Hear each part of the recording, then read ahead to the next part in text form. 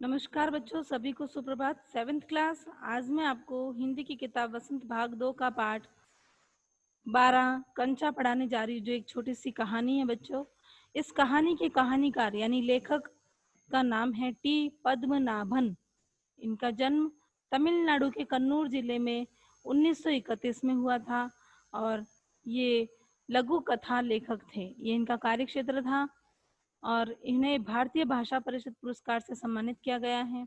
इनकी मुख्य रचनाएं हैं यादों का झरोखा, त्याग की मूर्ति, शेखू, पतिदेव, पतिदेव, छोटी जिंदगी बड़ी मौत, कंचा, झड़ी मानव आत्माएं और एक किशोरी फुलझड़ी। ये इनकी मुख्य रचनाएं हैं। इसके अलावा भी इनकी कई रचनाएं हैं बच्चों इस कहानी में हम एक ऐसे छोटे बच्चे की कहानी पढ़ेंगे जो घर में अकेला बच्चा है, माता पिता हैं और एक ही बेटा है उनका। उस बच्चे की मतलब इस लड़के की एक छोटी बहन थी जो बीमार होने के कारण चल बसी और घर में अब वही अकेला था। इसलिए सारी चीजें, सारी इच्छाएं उसी की पूरी होती थी, सारे खिलौने उसी के लिए लाए जाते थे। बच्चों एक दिन की बात है, बच्चा स्कूल जा रहा था, विद्यालय जा रहा था। रास्ते में जाते जाते उसे वो कहानी जो मास्टर जी ने स्कूल में पढ़ाई थी, वो कहानी याद आई कि एक धूर्त सियार था जो कौवे से कहता है कि तुम बहुत ही सुंदर गाना गाते हो, तुम गाना गाओ। क्योंकि कौवे के मुंह में रोटी का टुकड़ा था, तो सियार को वो रोटी का टुकड़ा खाना था, इसलिए वो उसकी प्रशंसा करता है कौवे की और कौवे से कहता है कि कौवा तुम एक गाना गा के सुनाओ। तो जैसे ही कौवा गाना गाता है तो रोटी का टुकड़ा मुंह से गिर जाता है और सियार रोटी का टुकड़ा लेकर भाग जाता है। ये कहानी सोचते सोचते वो जा रहा था, बहुत हंस भी रहा था, मन ही मन मुस्कुरा रहा था कि सियार ने कौवे को कैसा मूर्ख बनाया और कौवा भी कैसा मूर्ख था जिसने गाना गाने के लिए अपनी चोंच खोल दी। इस तरह से सॉरी, रास्ते में जाते जाते स्कूल और घर और विद्यालय के बीच में एक दुकान थी जहाँ पर छोटे बच्चों के खाने के लिए चॉकलेट है, बहुत सारे छोटे छोटे बिस्किट है, बहुत सारी चॉकलेटें हैं, ऐसी छोटी मोटी चीजें उस दुकान पर मिलती थी। तो सारी चीजें कांच की जार यानी कांच की बड़ी बड़ी बोतल जो होती थी, बर्नियां जो होती थी, उनमें भरकर रखी हुई थी। तो लड़का देखता है उस दुकान में सभी जार को देखता है तो उसको बहुत अच्छा लगता है। लेकिन आज उसने एक नया जार देखा जिसमें हरे हरे सफेद धारी वाले हरे हरे कंचे थे कांच के, जिसमें सफेद सफेद धारियां बनी हुई थी। तो वो उसको देखता है तो उसे बहुत अच्छा लगता है कि वाह ये कितना अच्छा है, ये क्या चीज है। उसे पहले तो उसको ये लगता है, फिर उसको याद आता है कि ये तो कंचे हैं, कि कंचा, ये कंचे तो मेरा दोस्त जॉर्ज भी खेलता है, उसे याद आता है। तो वो उन कंचों को देखता है तो उसे लगता है कि मैं इस कंचे की बोतल के अंदर चला गया हूँ, इस बरनी के अंदर, और सारे कंचे मेरे आसपास बैठ गए हैं। तो ये सब बातें वो ख्यालों में खो गया था। तो जितने में दुकानदार की आवाज आती है कि तुम्हें कंचे चाहिए क्या, तो वो लड़का कुछ भी नहीं बोलता है और चुपचाप वहां से चला जाता है। और जाते जाते बीच में उसे विद्यालय की घंटी सुनाई देती है तो दौड़ कर जाता है, लेकिन सबसे आखिर में, लास्ट में, अंतिम में वो जाता है। तो बच्चों इनके विद्यालय, इस बच्चे के विद्यालय का एक नियम था कि जो भी बच्चा विद्यालय लेट आएगा, देरी से आएगा, वो कक्ष में सबसे लास्ट वाली बेंच पर बैठेगा, सबसे पीछे जो टेबल होती है वहां बैठेगा। तो आज भी वो लेट आया था। तो बच्चा जब लेट आया,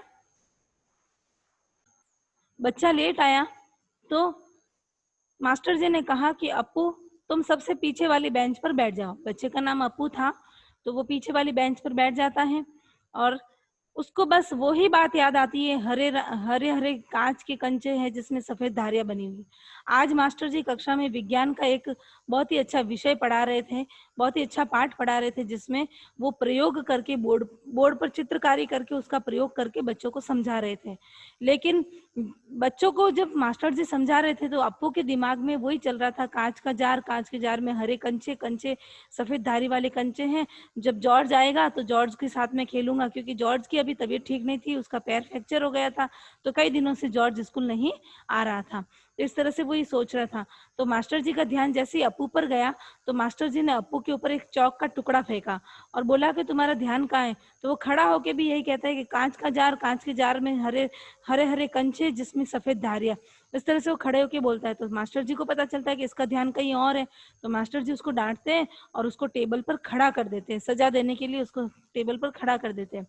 फिर मास्टर जी उसके पास आते, उसको पूछते, बताओ मैंने आज तुम्हें क्या पढ़ाया? तो वो कहता है हरे हरे कंचे हैं सफेद धारी वाले। तो मास्टर जी को पता चलता है कि इसका ध्यान वास्तव में कक्ष में नहीं है। तो उसको डांट फटकार कर उसको कक्ष से बाहर निकाल देते हैं। और उसके आसपास में जितने भी उसके दोस्त बैठे थे, जो मल्लिका है, रामन है, बहुत सारे दोस्त उसके बैठे थे, अम्मू है, बहुत सारे लोग उसके पास बैठे थे, उसके दोस्त थे। तो सब उसको देख देख कर हंस रहे थे। उसको बड़ा ही गुस्सा आया। फिर जैसे ही थोड़ी देर हुई तो एक जो कर्मचारी होता है वो वहां आया। ऑफिस मतलब ऑफिस का कर्मचारी था एक।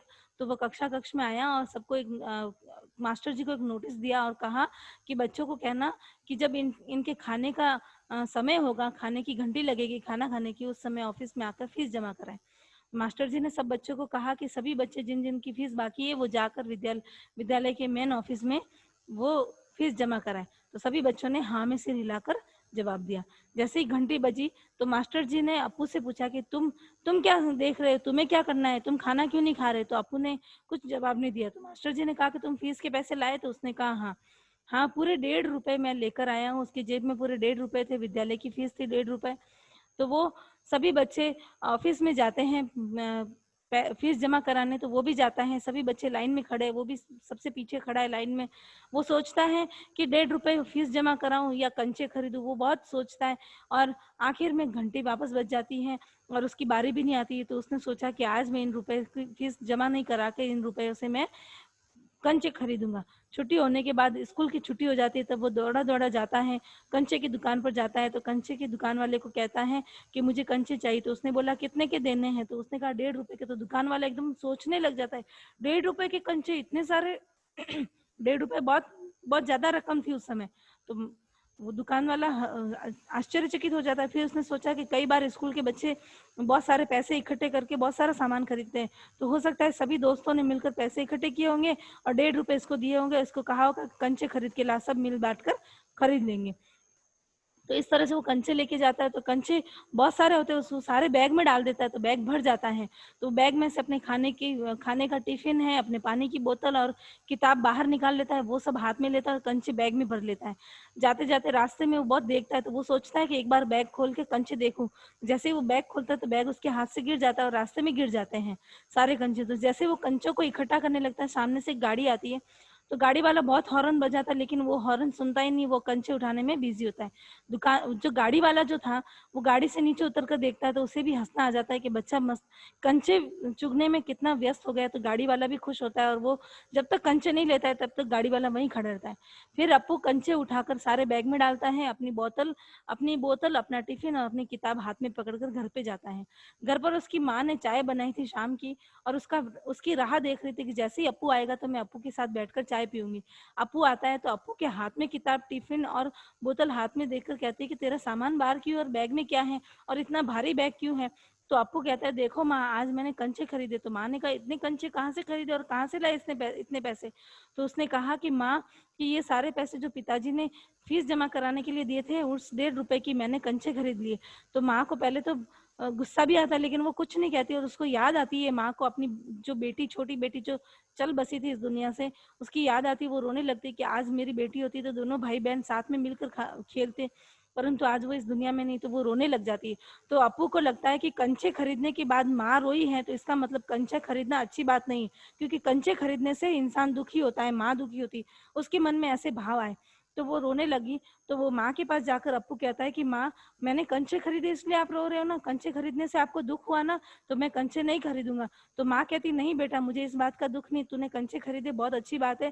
और माँ खुशी से उसके माथे को चूमती है, उसकी गाल को चूमती है और दोनों फिर चाय पीने बैठ जाते हैं। बच्चों, कहानी इधर ही खत्म होती है। बच्चों, इस कहानी से हमें शिक्षा मिलती है कि जब माँ ने उस बच्चे को नहीं डांटा कंचे खरीदने पर, क्यों नहीं डांटा? क्योंकि माँ ने उस बच्चे की भावनाओं को समझा कि बच्चे के साथ खेलने वाला कोई नहीं है। आज उसके घर में खेलने वाला कोई नहीं है, तो उसके मन में ये भाव होते हैं कि मैं खिलौने खरीदूँ, खेलूँ, लेकिन उसके साथ खेलने वाला कोई नहीं था। तो माँ ने उसकी हाँ में हाँ मिलाकर उसकी बात में वो राज़ी हो गई कि उसने कंचे खरीदे, वो राज़ी हो गई। अगर वो राज़ी नहीं होती तो बच्चा दुखी हो जाता और वो कंचे सारे फेंक देता। इसलिए बच्चों, हमें कभी भी किसी बच्चे की जो इच्छाएँ होती हैं, उन इच्छाओं को नहीं दबाना चाहिए। हाँ, बच्चा जब ज़्यादा ज़िद करता है किसी चीज़ की और वो उसके लायक नहीं होती, तो उसके लिए माता-पिता मना करते हैं। लेकिन जो बच्चों के खेलने लायक चीज़ें होती हैं और उसके लिए हम मना करते हैं, तो बच्चा बहुत दुखी होता है। तो हमें कभी किसी को दुखी नहीं करना चाहिए।